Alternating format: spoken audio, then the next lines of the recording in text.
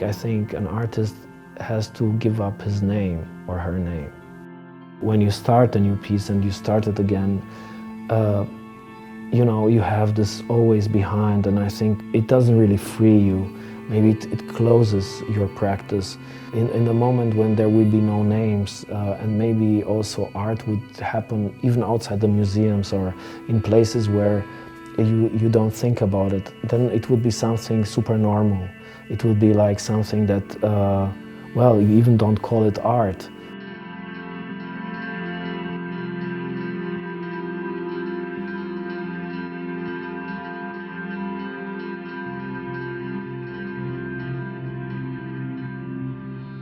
I try not to be self-referential because, to be honest, I have nothing to refer to. I don't feel I'm special. I just feel like I try to, kind of show the moment where we live in as much as I can, and conceal all these thoughts inside. And if you want to open it, and look at it and have a key for it, sure. I hope this interview is a key for it.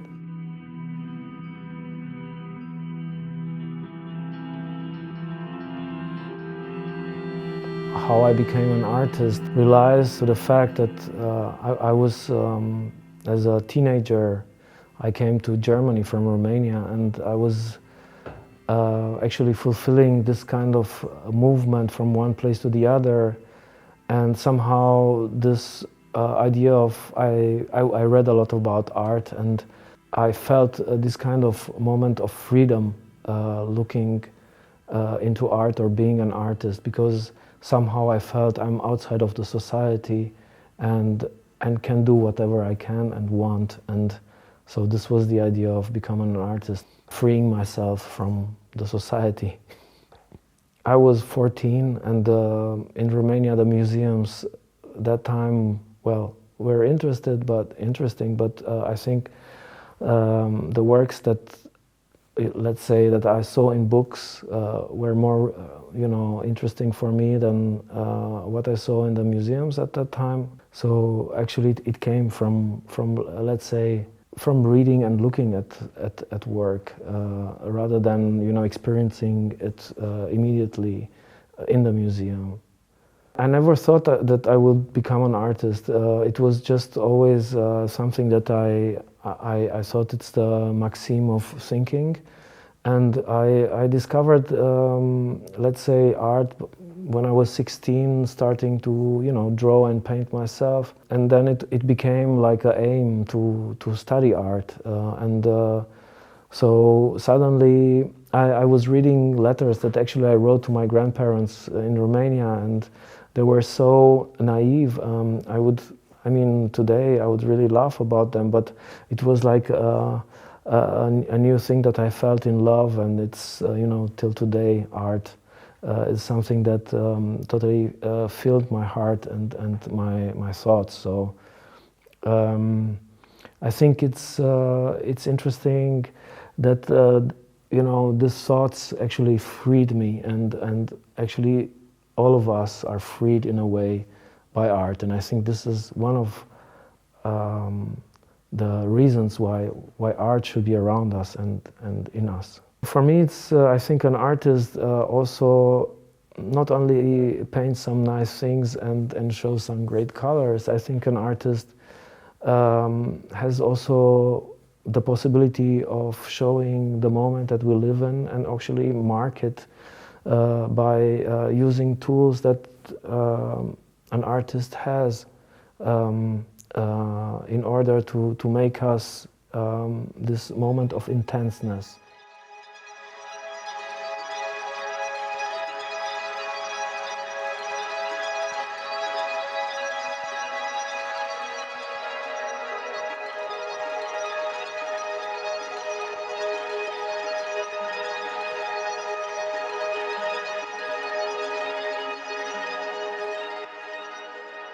I had an idea. One of my works was at the Venice Biennial, was called European Influenza, the European flu. It's a work that actually happened a longer time before in New York when World Trade Center came down, and then I presented in a gallery in Harlem the work European Influenza. So it was there the moment where actually this idea started, and actually it had a culminating point in the Romanian Pavilion 2005, where actually it became a big discussion in the Romanian politics, in the parliament, but also in the media. So it was a work that was critical towards the format of the biennial itself as a transnational happening, but also to the idea of Europe, of the expansion of the Europe towards the East, and the idea of why Europe goes there, based on values like economic, territory, and military. I think the ideas actually kind of grow together, and they trigger the materials. This piece, European Influenza, has no material. It was just a pavilion, but the moment when we talk about it, we materialize it, and actually it becomes material. The thoughts, the discussions, everything becomes a material, becomes a form.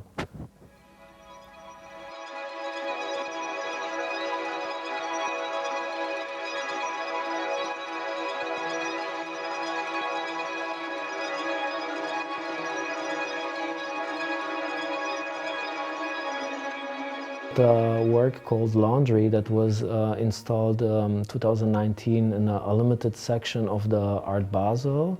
It's a work that started when I was in Los Angeles, and I was thinking, because it's a car city, and an idea came to my mind to actually build cars out of canvases. The idea of the washing of all these cars, thing that it's a fetish, that it is in our society, came into my mind, and then suddenly the idea came that, well, you could then, instead of using the car wash to wash a machine, you could use it in order to paint it, or even make it look dirty with colors, and and show what a car is. So this idea was born, and it's a work that actually reacted also on the system of Art Basel itself, and on how financial things are behind the scenes, and also the production and the overproduction in art field as well. When we installed it in Art Basel, we actually were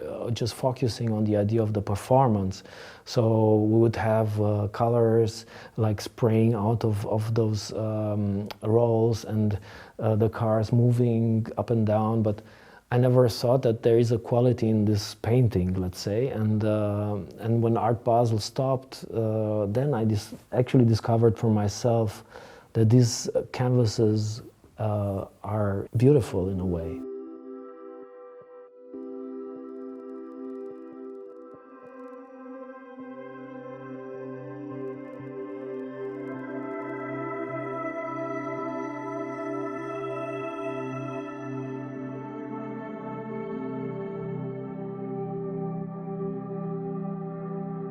Depression Elevations is a series of works that actually started 2013 when I was invited by a gallery in Los Angeles to do a show. And actually I had this idea of because in Berlin is raining a lot, so actually you see a lot of puddles on the streets. And so I was thinking, well, this is really interesting, because these ephemeral things, because they come just when it's rain and then they disappear again, actually show us the condition of our roads, and shows us the history of the roads. And being in Los Angeles, which is a completely car city, built up in the 50s by Ford, who was in charge of the infrastructure of the city, I was wondering, because there is no rain, also you don't see those puddles, but the streets, actually are full of holes, or potholes are called, are destroyed here and there. And then I was thinking, those are actually our witnesses of our history, We used material to take the form and brought it into the studio, and then reformed it. And then I used a material that I found also from the creative industries of Hollywood. It's called polyurethane, and it's an American material that is really, it comes like a Murano glass, but it's unbreakable. I mean, it breaks, but not like glass. So it's really very good for transport, but it has the fantastic qualities. Somehow these pieces came out, which were actually filling those depressions from the street, and so actually going to the zero again, or the leveling of the street. And this zero level is actually the level of a biopolitical phenomena. You know, it's the street. It's made industrial in a way that we are quicker, and we are from A to B, and we are productive, and the colors come from the place itself, and come also from the history of the place. Like I have a work that it's a form from in Munich. It's at the Feldherrnhalle, which is a place where it's full of history. The Nazi actually started more or less the Second World War, where a lot of representation was there, but now totally changed into a democratic place where demonstrations take place. And so actually I did a piece there where I put some pink in it, and I use different colors, but pink is in the middle, and I called it the rebirth of the Pink Panther. But Pink Panther, you have to know, that is also an organization that is a right-wing organization, and it's totally related to this in a kind of critical way, saying that there again, this kind of idea evolved and came up.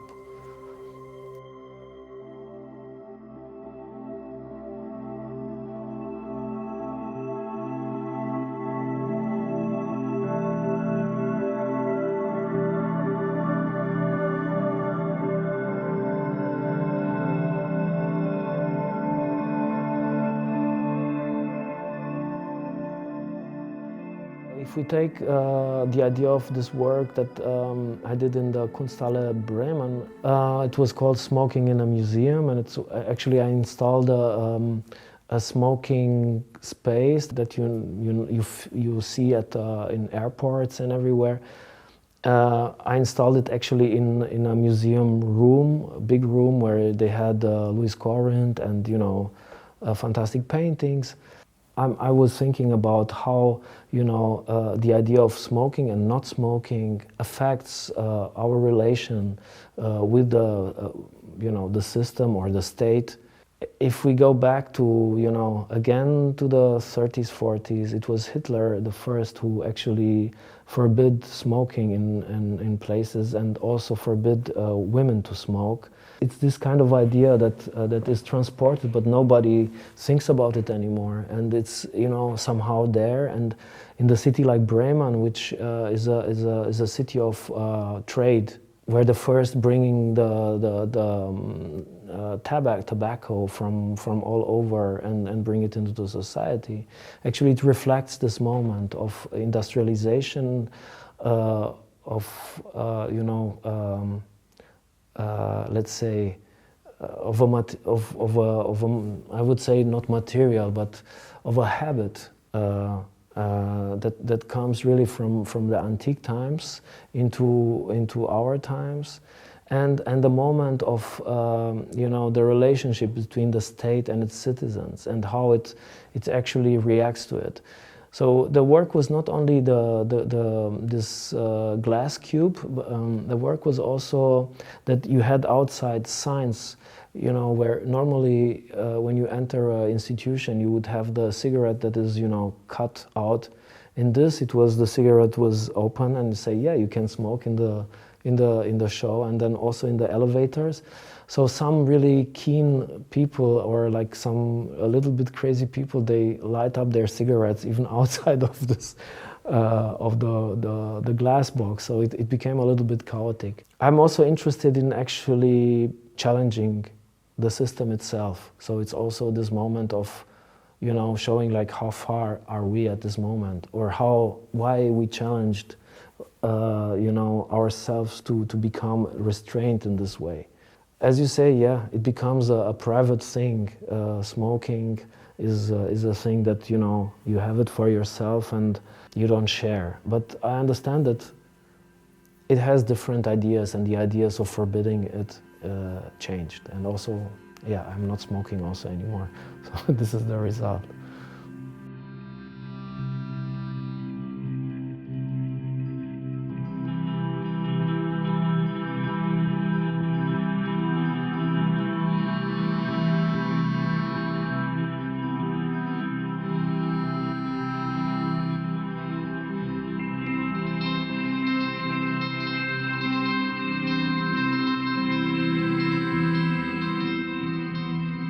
Art now, I would say, it became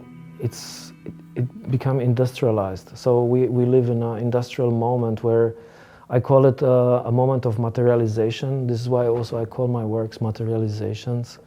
We live in a moment where everything gets evaluated. Moving represents an antithesis to collecting and preserving art and things. Means that we actually have the freedom of, choosing always a new place and make up a new place for us, and being open to new places, rather than collecting and getting, let's say, a fortification of our identity, because collecting in some way has the idea of building an identity. For example, I did a work which is solo. It's called Solo Bunker, and it's actually a real bunker from the Second World War that I bought and cut off from the place where it was and installed in an art fair, for example. So this idea behind was that also it's this moment of fortification of a collector, of the idea of collection and building a kind of identity that is behind in this bunker where you are just alone inside. You close it and you can look out through a little lid. You can see the world, but nobody can see you, can perceive you. Also, this problem is also behind organizations in the same time, because staying there, building a museum, and also buying work and putting it inside is it's the highest moment of a system. A state finds its highest representation in its art, and it's also the moment where you can bring the highest critique to a system, because it's where you are seen. So this is why I think moving is the place or is a activity that actually frees us, makes us free from the moment of taking care of own identity all the time. And I think identity is something that has to be fluid and has to move in us and in between us.